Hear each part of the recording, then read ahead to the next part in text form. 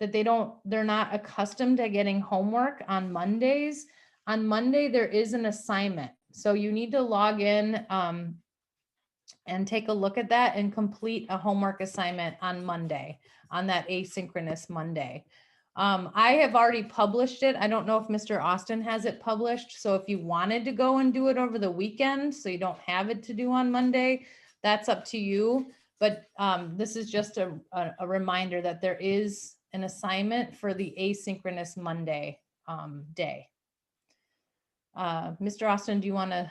And yes, mine is published as well. Okay.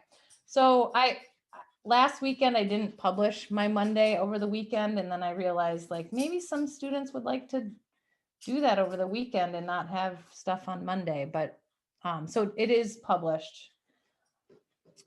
All right. So as I've been doing, I want to just go over what is it that we're trying to accomplish today. So again, we're looking at predator-prey relationships and how predator and prey populations affect one another, because they do. They have a direct effect on each other. And then your I can statement is going to be I can create, evaluate, and make predictions from a predator-prey graph. So we are going to be looking at graphs today, and you're going to be making a graph. Oops. All right, so I'm going to stop sharing this, and I'm going to move over to my iPad. So if you guys would open up graded practice in-class practice number 6, the thing we were going over yesterday. I just want to make sure that we do that justice, since the video got cut off and then we were kind of scrambling to get everything done. So I'm not exactly sure where we got to in this yesterday, but I'll just go over the things that I want to make sure you understand. So first of all, when we set up a predator-prey graph, we have time always on our x-axis, and that's because time is independent of the population. It happens no matter what. So time goes on the x-axis. And then we have population on the y. And if you remember, population is the number of the same species living in an area. So the population of the prey, the rabbits, and the population of the wolves. Or foxes here. So that's what I mean when I ask you to label the y and x axes, is the time and the population. Okay, just putting the letters there, x and y, is not how we do graphs in science. And then there's a point where the prey cannot continue their population cannot continue growing. And we talked about that is called the carrying capacity. So the carrying capacity is how many individuals an ecosystem can hold before it can't carry anymore. There's not enough food. There's not enough space. So some of the things that limit that growth are here. So there's limited food. There's predators that they have to try to get away from. There could be disease in a population that causes populations not to continue to grow. And then limited space. So there's only a certain amount of space. And then number 6 asked, if the prey population increases, what would you expect to happen to the predator? So when prey populations go up, what happens is then the predator population goes up in response. So the population of the predator population also increases. I'm sorry, my dog is making crazy noises, so I'm going to let her out.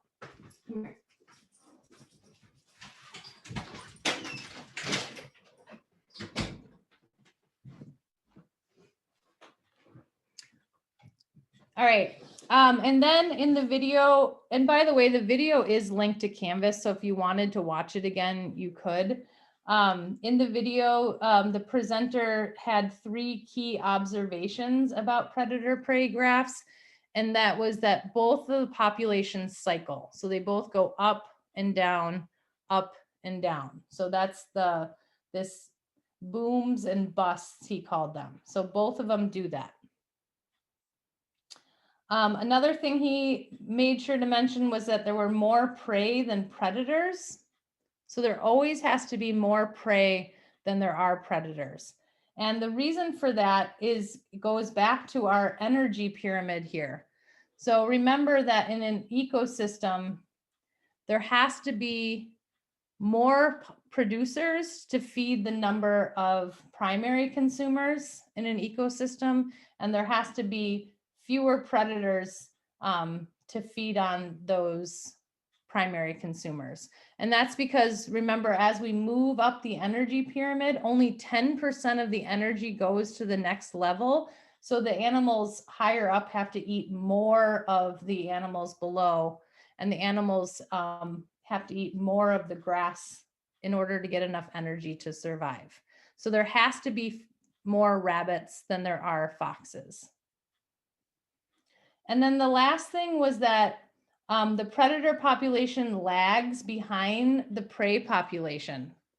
So the predator population is slower than the prey population as it increases. And we see that in predator prey graphs. As the prey population goes up, this lag. So see how the fox's population doesn't go up at the same time. It's the increase is a little bit behind the predator. And that's what we see when we look at predator prey graphs.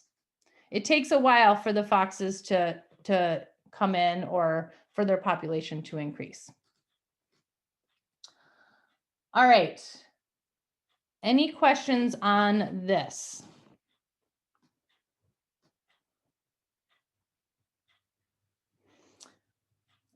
All right, so let's then move on to our day 7 ecology graded practice. So hopefully you got this at the beginning of class. And where I want to make sure that I clarify that this first page, we're going to do this together in class, but how I say it's not, this part's not due. And then if you scroll down to the second page, it says, okay, now this is your homework for tonight. So I don't want you guys to get confused. This is the second page, starting at the second page is your homework. It's not this first page. This first page we're going to go together. We're going to go through together. And I'd love it if you went through it with us because it will only help you, but we're not going to grade this first page. This first page is just practice. Okay. All right. So Mr. Austin, I don't know if you've started recording. Already have been. Okay, awesome. All right, so what we have here is an actual predator-prey graph with real numbers of foxes and rabbits in an area. And I want to point out a few things to you starting off. So this graph has 2 vertical axes. So that means there's 2 separate y-axes, okay? One shows the number of foxes on the left-hand side, and this one, each line represents 1 fox. So we go from 5, 10, 15, so each line represents 1 fox. Now, if we look at the other side, the other y-axis is showing us the number of rabbits. And this one, each line represents 20 rabbits. Okay, so this is a different scale on the right side y-axis. So each of these lines equals 20. So we go to 100, 200, 300, 400. And I just want to point that out to you because I want to remind you that there has to be more rabbits than there are foxes. But this graph, if you don't understand how it's laid out, makes it look like they have the same population, but they don't. Okay, the number of rabbits is higher than the number of foxes because of the way that they set up the scale. The other thing that we have here that's really important is a key. So the number of foxes is represented with a line with an open circle. And what I was realizing I wanted to do earlier when I was looking at this graph is I wanted to highlight that just to make it easier for me to see. So if you would highlight the number of foxes key, and let's just highlight where that is on our graph. I kind of missed the mark there. I'm going to redo that.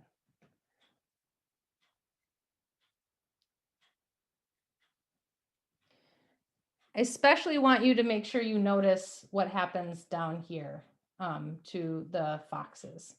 And then with a different color, let's highlight the number of rabbits and their line.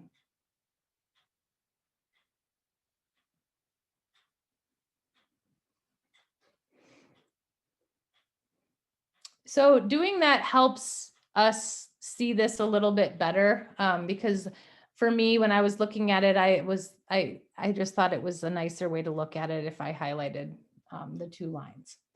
All right, so now we can answer some questions about this graph now that it's set up.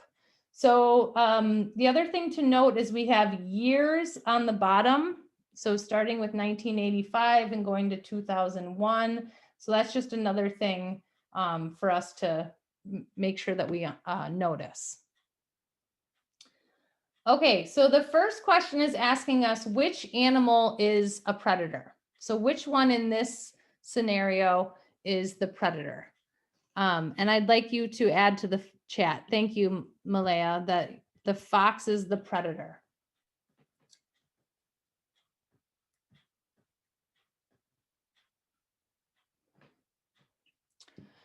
So then which animal is preyed upon? That would be our other population here that we're looking at. And that is the rabbit.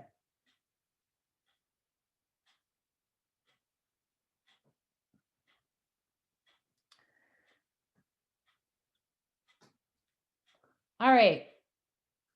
So the next question asks us how many rabbits were there in 1989? So we got to go to 1989 right here. And it's asking us for rabbits. So remember we used the yellow I used yellow to represent the rabbit. And then the other thing I have to remember here is I have to go to the right to find the rabbits. I can't go to the left. That's the number of foxes.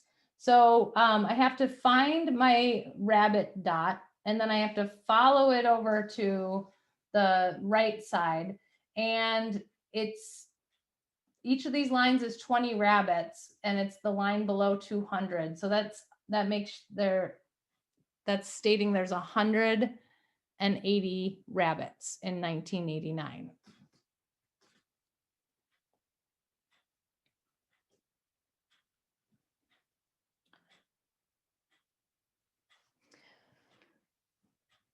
All right. Now is your turn. How many foxes were there in 1993? So using your graph and using the correct side, how many foxes were there in 1993? I'm seeing 12, lots of 12s. All right, so let's take a look. So 1993, our fox dot is right there. And if we go over to the side, it is 2 lines above the 10. So you are correct. Those of you that have added to the chat, there were 12 foxes.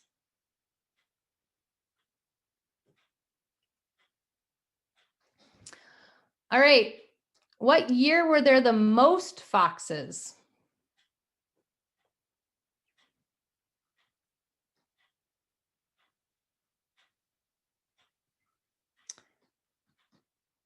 Seeing lots of 1996s.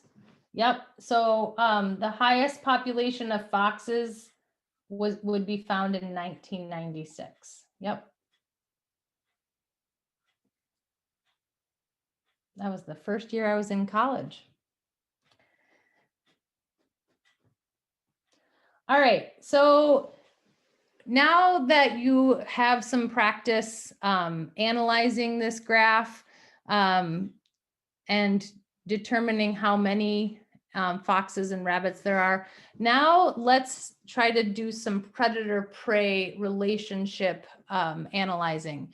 So letter F says, explain why the number of foxes fell between 1988 and 1990. So we have 1988 and 1990. So the number of rabbits fell right here. Why? Why do you think the number of rabbits went down between those 2 years? So remember, we're focusing on 1988 and 1990. So 96 hasn't even happened yet. We got to go back to the time between 88 and 90 here.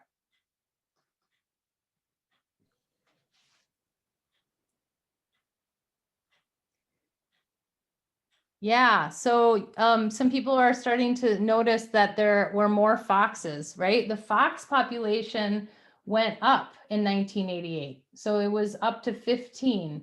And when a predator population is up, that makes the prey population go down, right? So this is because, sorry,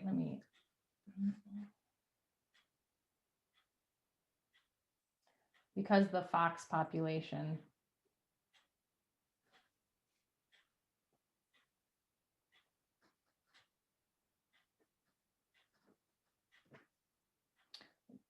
was up.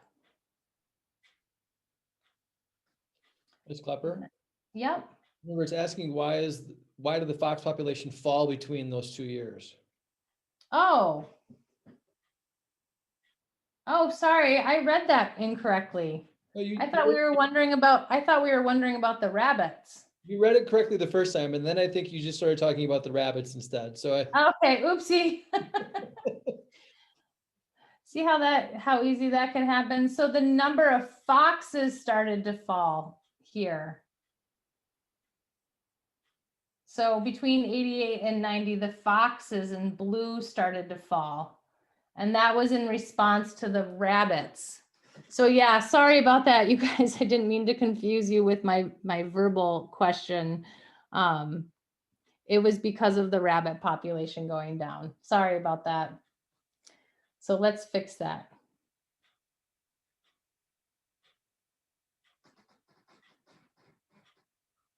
Because the rabbit population went down.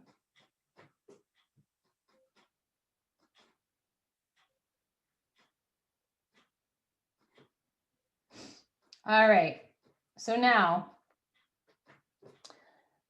our next question is, during 1996, the rabbit population was almost totally wiped out.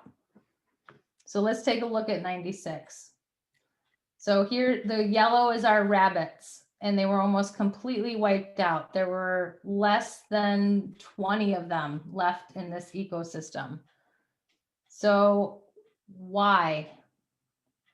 One possible reason for this.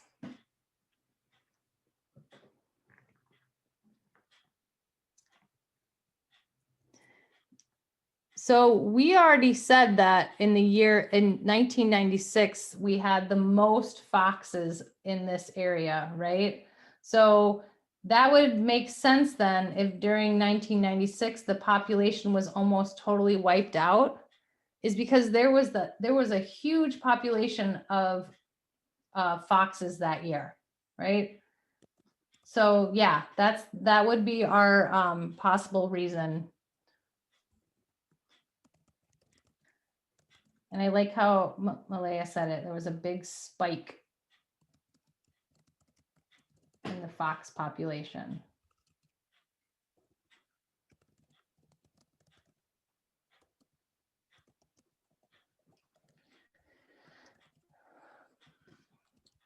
All right, if we look back at our graph now at 1997,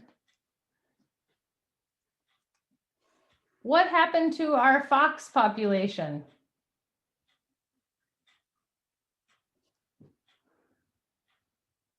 So because the population of rabbits was so decimated and so taken out by the number, that spike of foxes,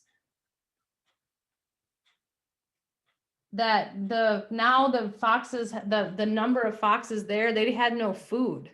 There wasn't enough food for them in that area, right? So yeah, the response was a huge decrease. And in fact, this graph says 0, and it looks like the fox population never even recovered after that. So I just want to also remind you that that doesn't mean all the foxes just all of a sudden keeled over and died. They might have left the area to go find a new place to live. It doesn't mean that they all just automatically starved to death. They might have left the area. And so now there were no longer any foxes there. So the reason was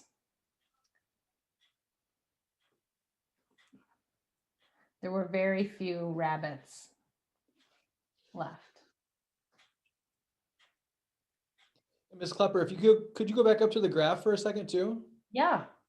So since you've been talking about the lag, in which you can kind of see there how the blue line lags behind the yellow line, Yeah. what would be the hypothesis as far as if you were to extend the graph out to, let's say, 2002, 3, 4, 5, let's say out to 10, what class do you think would happen to the blue line if the graph were to continue, knowing that there has been a lag between the predator population in relation to its prey population? Yeah.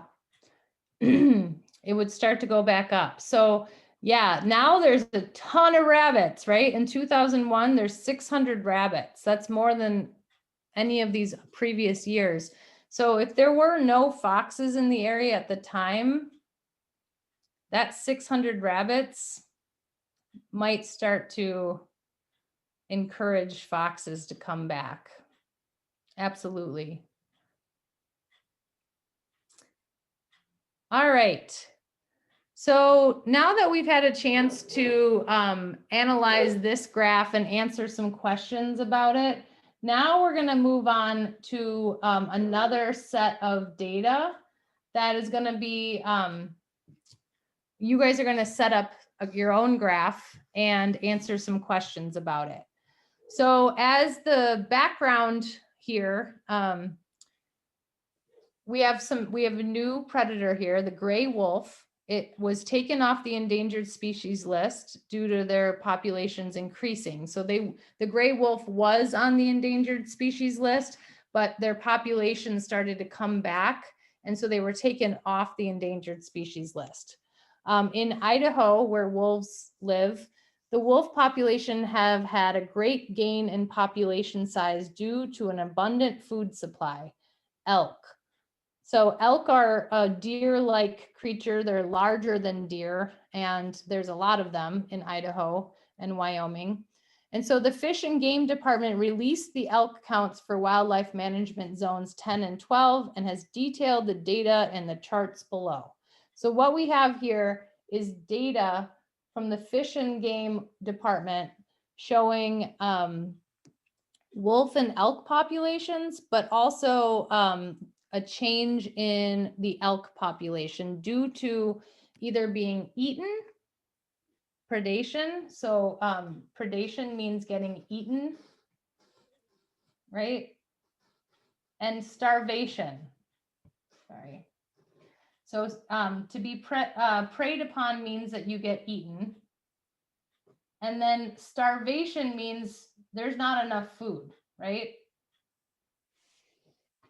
So there's two different ways that they're managing this elk and this elk population. They're able to go out and see if they're dying from not eating or if they're dying from getting eaten themselves, right? So the first thing I want you to do here is a little math. So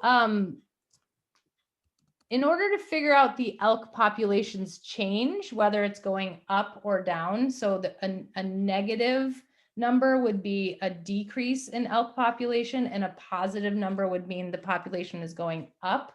We can do some math by taking the number of calves that were born that year and subtracting the number of elk that have died. Okay, so that's the math here. You take elk calves minus the number of elk that have died from predation, and then plus the number that have died from starvation. Okay, so our first example was done for us. We had 800 babies born to the elk population. 400 of them got eaten. 400 elk were eaten, and 100 of them died from starvation. So we take 800 minus 500, we get a plus 300. So let's do one more of these.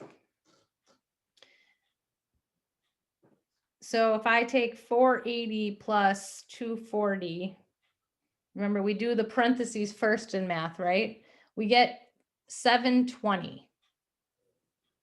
So if I add together 480 and 240, it's 720. So 920 minus 720 is a positive 200.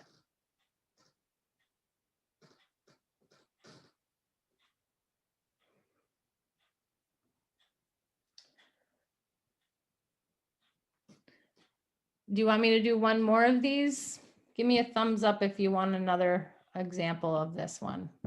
Okay, so if we, for the next one, if we take 1,000 and we subtract our number of dead here, it looks like we're going to be in a negative.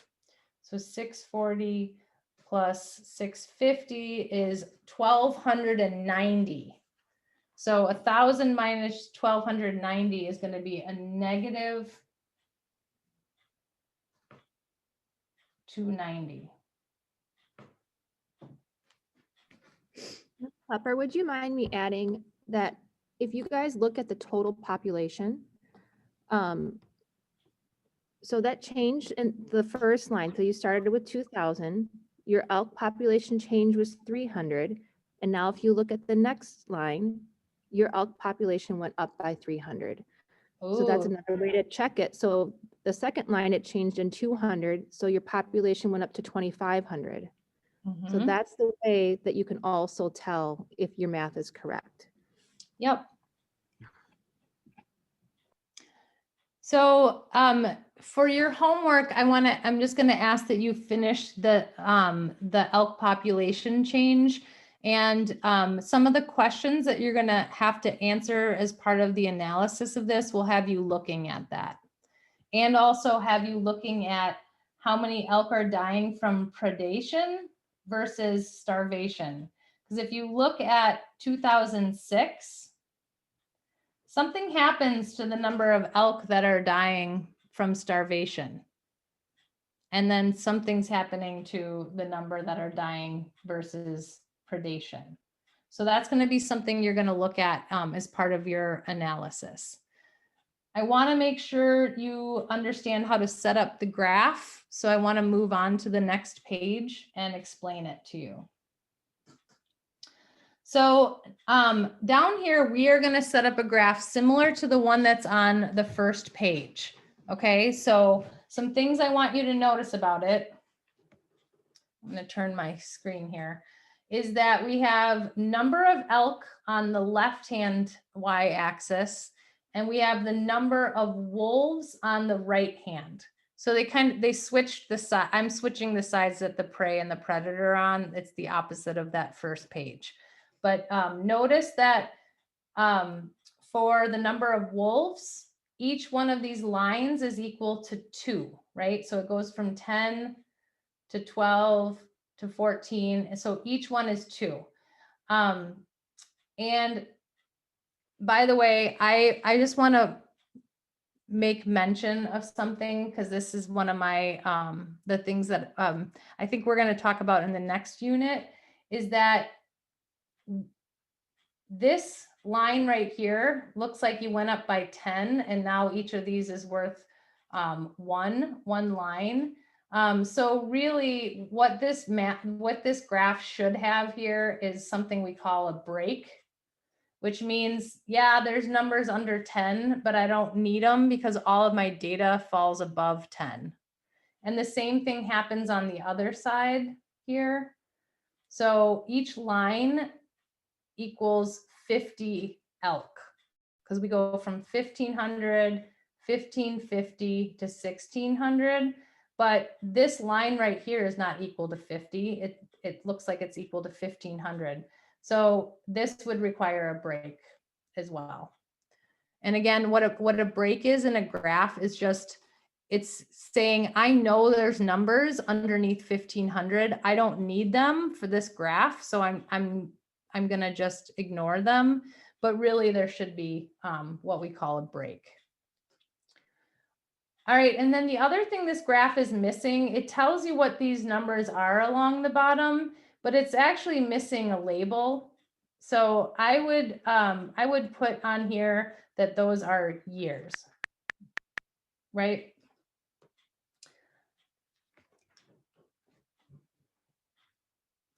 And then I'm going to be a little more picky because I really do love graphs. This graph doesn't have a title. So I say on the top here in the directions to make sure to add labels and a title. So that's going to be part of your assignment, is to come up with a good title for this graph. All right, so the other thing that you're going to need to make sure that you're using is a key here. So similar to what they had on the first page, a key is going to represent the number of elk and the number of wolves. So you can pick your color that you want to use, but you should be color coding a key. I'm going to use green and pink.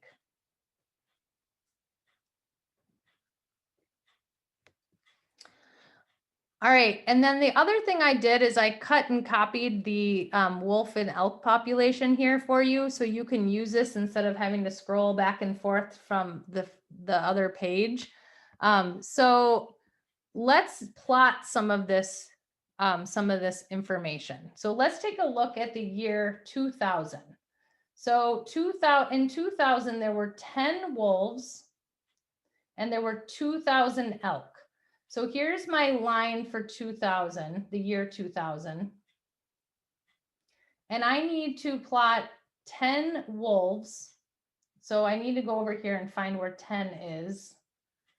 And I'm going to put my green, I'm going to use green there. And I got to mark my 10 for wolves. And again, this might be slightly confusing because the number of elk is on the left side and you're starting on the left side of the years, but just keep in mind that you have to use the right side scale for the number of wolves. And I actually think I would maybe graph all of the wolves first and then the elk, or you can do it at the same time since you're on the same 2000 line here. So if I were to say I'm going to do that, I'm going to stick with graphing them both at the same time. I now need to make a pink dot for my elk at 2000. So my pink dot's going to go right there.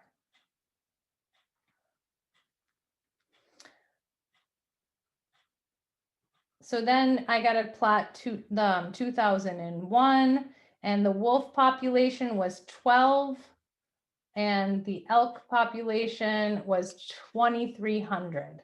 So I got to go up to 12 here from the left and add my green dot.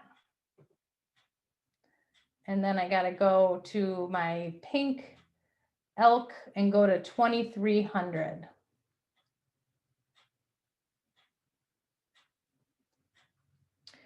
And then you're just going to keep doing that. Once you're done plotting all your points, then you're going to end up connecting your dots, right? And I know that Notability takes a little bit of finesse when it comes to graphing, but one of the things Notability does really well is it allows you to make straight lines connecting points really easy. So if you draw a line from one point to the other and you hold it down, it straightens it out for you. And it gives you a little magnifying glass to allow you to make sure that you're hitting your point. So if you've never used that feature in Notability, it's pretty nice.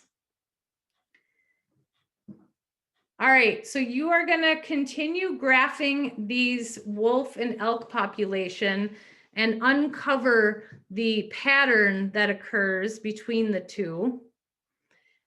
And then you have some analyzing to do. So you have to answer some questions about what happened to the elk population, what happened to the wolf population, and then it's going to tell you a few scenarios that you're going to have to take a look at and answer. So while we're still here for the last 3 minutes, what questions do you have about how to graph this or what